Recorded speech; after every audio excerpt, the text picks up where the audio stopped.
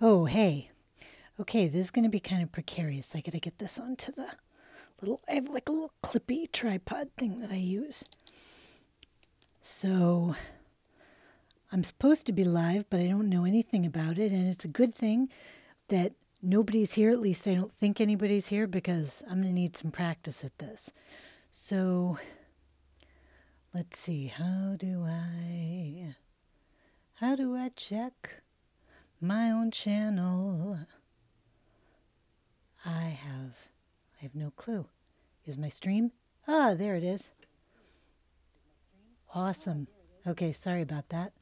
Let me turn that down so I can actually hear what's going on. Hey, look at that. Okay, cool. Let me just make sure this is working. Yay. Okay. All right. So, I thought I would do today a live sample reading with Uno cards.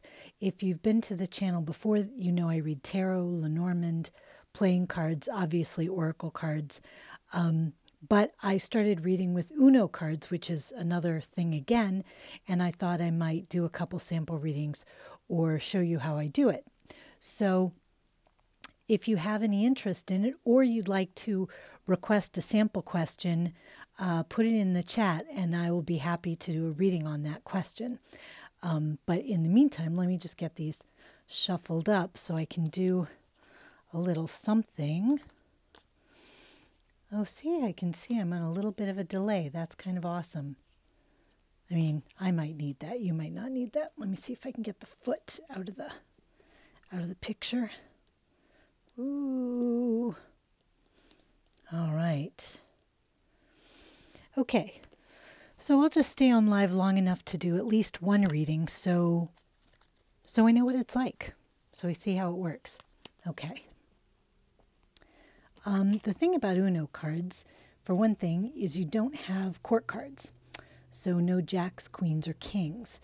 So the way I deal with that is if I want to specify a man or woman, I would think of a senior man or woman, an older man or woman, mother, father, boss figure, somebody like that, as being 3 for female, 4 for male.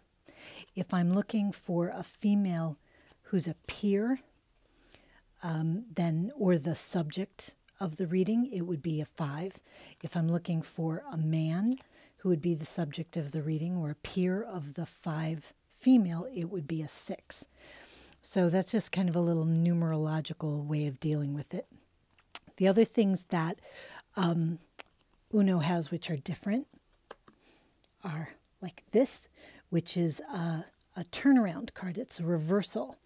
So it causes, when you're playing the game, to change directions. So that can be a fun card to come up here. I use red for basically the fire element. I use yellow for air. I use green for earth. And obviously blue for water. So you'll see that Uno cards can be upright or reversed, which is great because I read reversals in playing cards, so I read them in Uno cards as well. So if you were translating this to suits in tarot, the blue would be cups, the green would be coins, the air suit would be swords, so the yellow would be swords, and the red would be wands or fire. So that's kind of how I do it. To start with, let me show you some of the other different things about an Uno deck. You have these wild cards. Now for me, this is the wild card upright because yellow, which I associate with swords in the air, is facing east, which I consider to be the proper direction for it.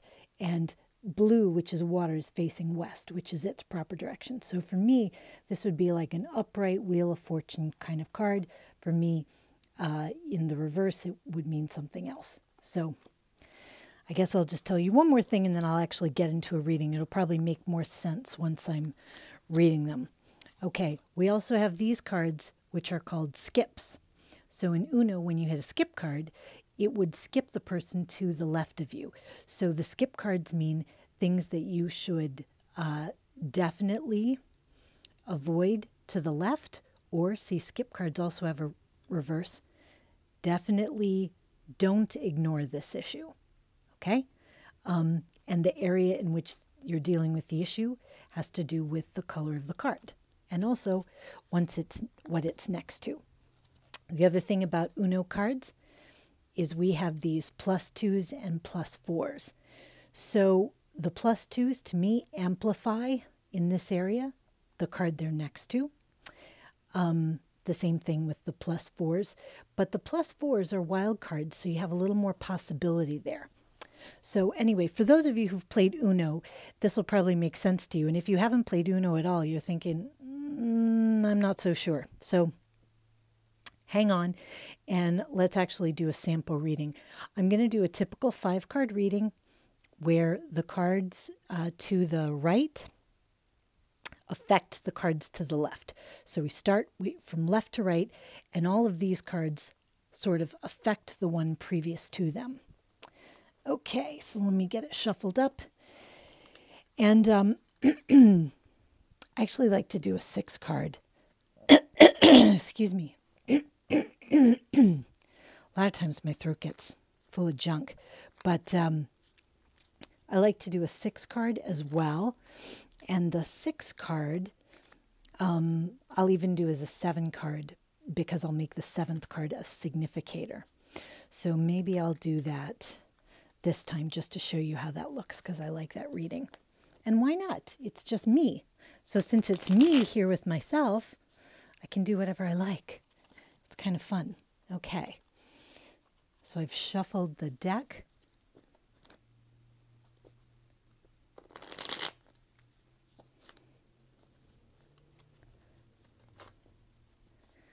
This is groovy. And I will cut the cards now.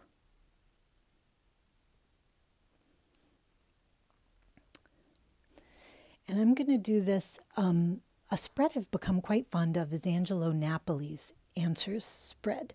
So I do that as my 6-card spread, and then I'll use the 7th card for a significator.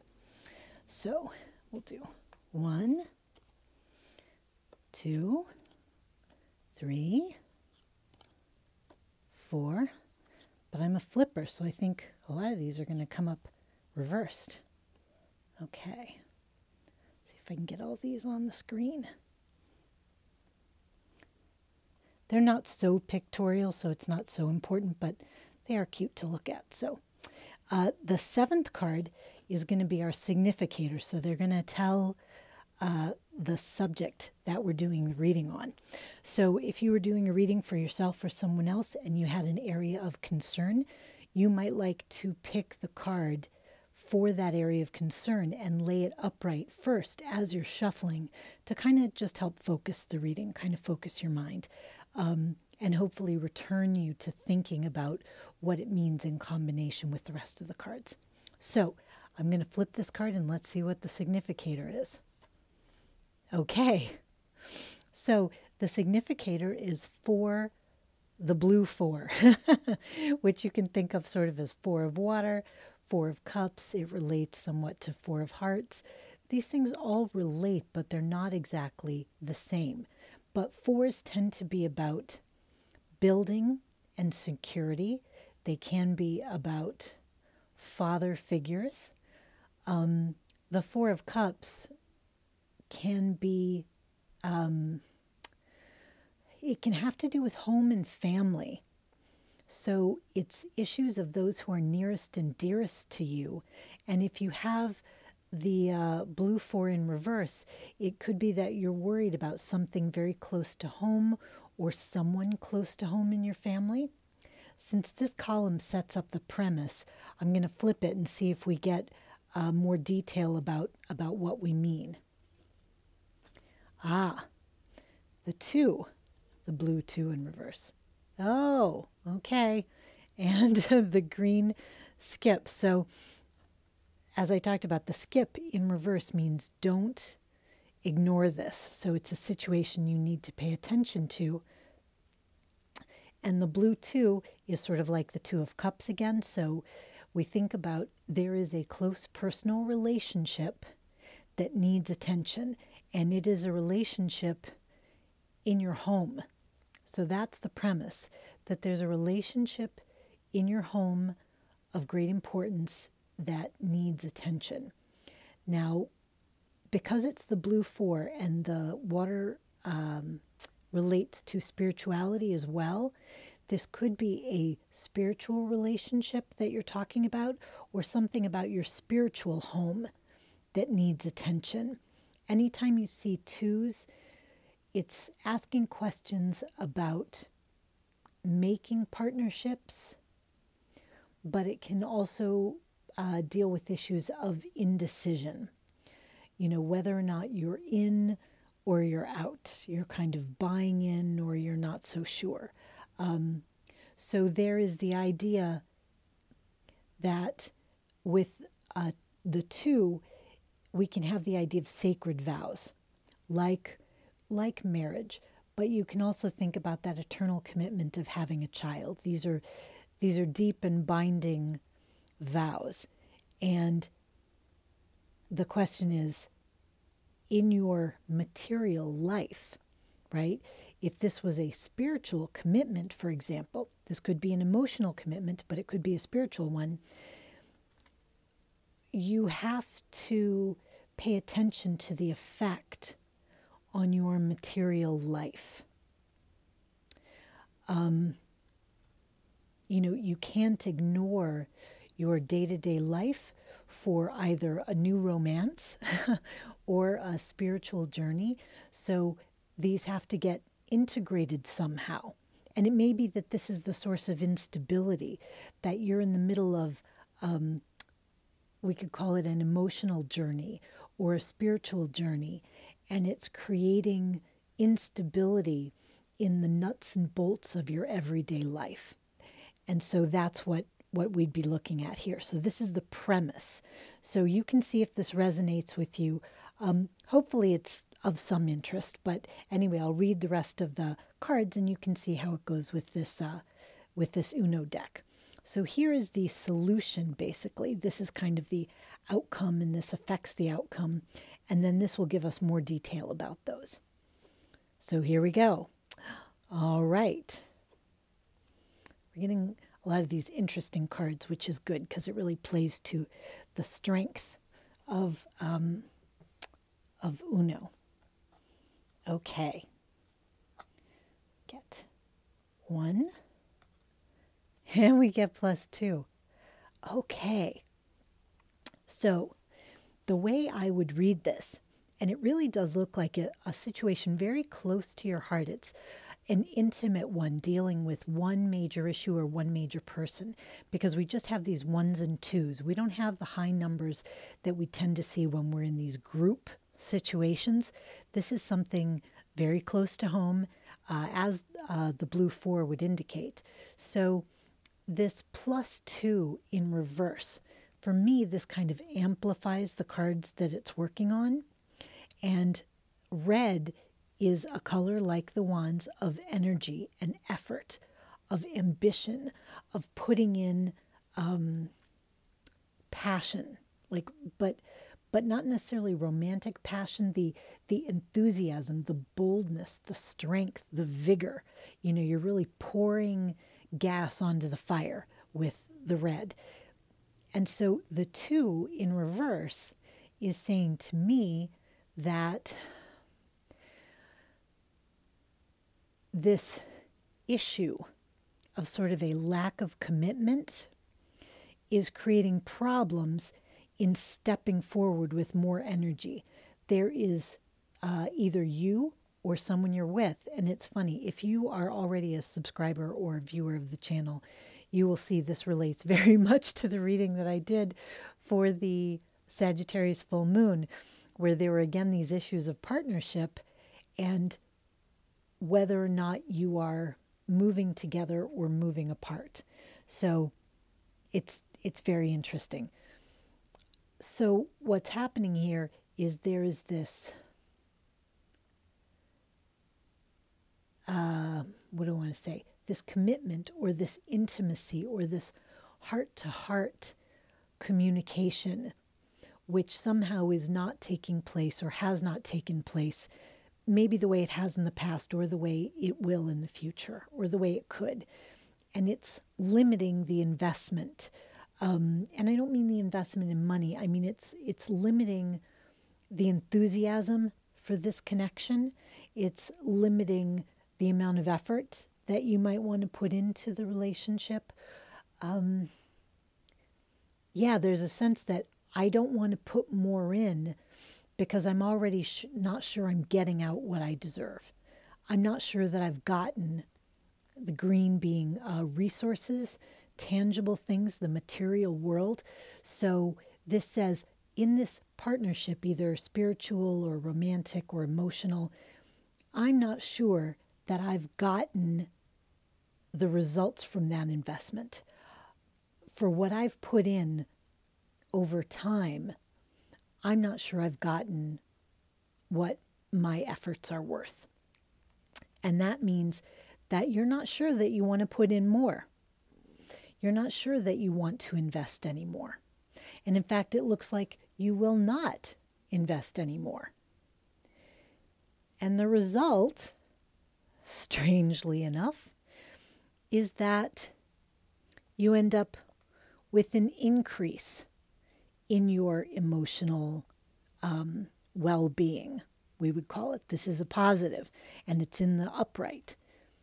So what I see here is a kind of situation, and it was sort of told the story in the Sagittarius full moon video as well, that you've been in a relationship where you've been giving, perhaps, and or where you thought you were teamed up with someone, but the results that you were hoping for in the tangible world, the results of money, time, investment, property, they're not what you had hoped for. So it could be that this team up didn't work out, or you thought you were working toward a goal together. This is sort of from the other thing. You wanted a stable home situation, the feeling of an intimate, trustworthy home, and then you didn't have it. So not having it, you decided, I'm not putting any more into this. I don't care if this relationship goes, but I'm not putting anything more into it. I'm not putting more gas into the tank of this car that is not taking me where I want to go.